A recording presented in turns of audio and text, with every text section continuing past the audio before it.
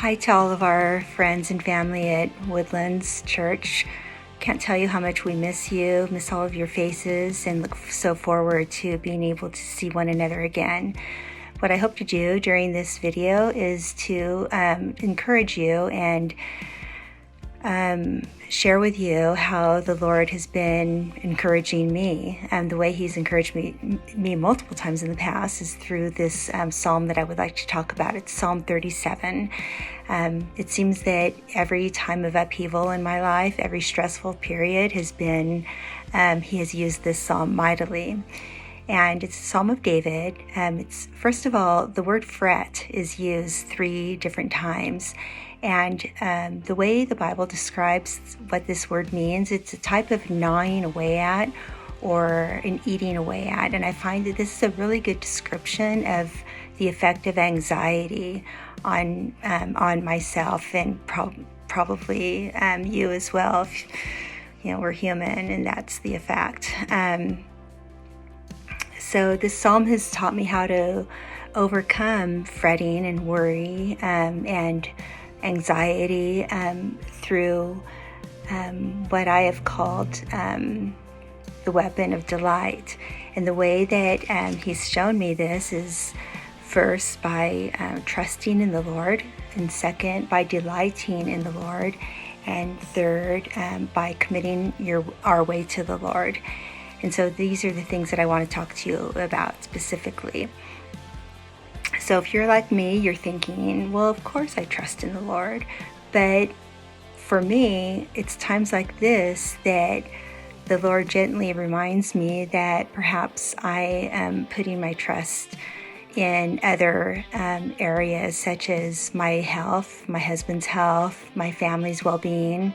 And I think most challenging for me is the fallacy of having control over things in our world and in my life. And He just gently brings me back to trusting in Him. And the way I do this is several ways. First of all, I look back on how He has been faithful to me. He was faithful just in the fact that He saved me. That was a miracle in itself, because I came from a family of unbelievers and none of my friends were believers either. And so it was just an act of His grace. And the second way that I can build my trust in the Lord is by meditating on His promises.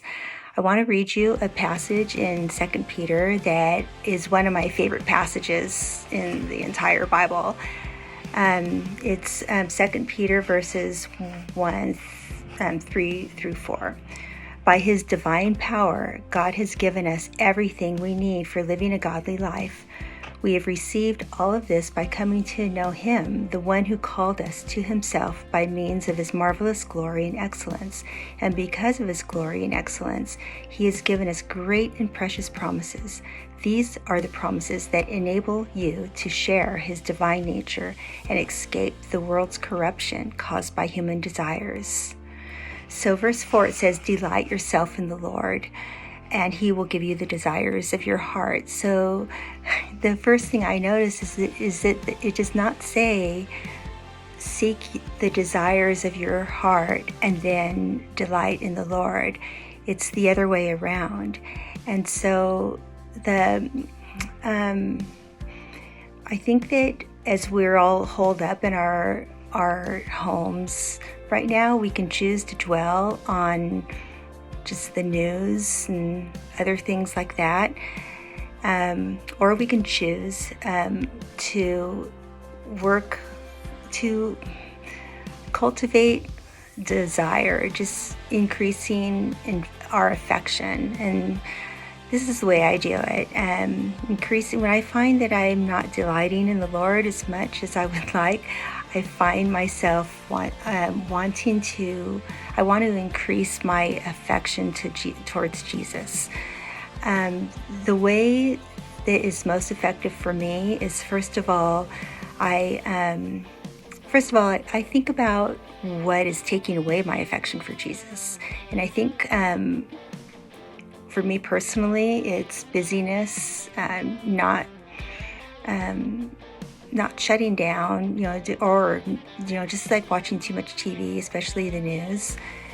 And the way that I increase my affection towards Jesus is just the opposite of that. I just, first thing in the morning, I just try to shut out all the noise. I don't turn any social media, nothing on. And I just pray through whatever passage I happen to be in that day. And I just, pray through it. And I just find that really increases my affection. Psalm 37 verse 5, it says, commit your way to the Lord, trust in him and he will act. For me, the way I commit my way to the Lord is I just get, first of all, I have to get out of my own head.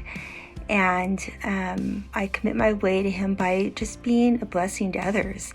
I think of my husband and I try to be a blessing to him by just easy things like making his favorite meal, or being a blessing to my grandchildren by calling them and encouraging them. Reaching out and, just being about others and being a blessing to others. What's nice is that Pastor Daniel has given us a way to do this by going online and pressing that one option of serving. And if you're able to serve those that are in need in our community, that's another way that we can commit our way to the Lord. And so I hope that this has helped you. I hope that it's blessed you as much as it's blessed me. And I just wish you all a happy Easter. And I hope that everybody is well. And we just continue to pray for one another. Love you all. Bye.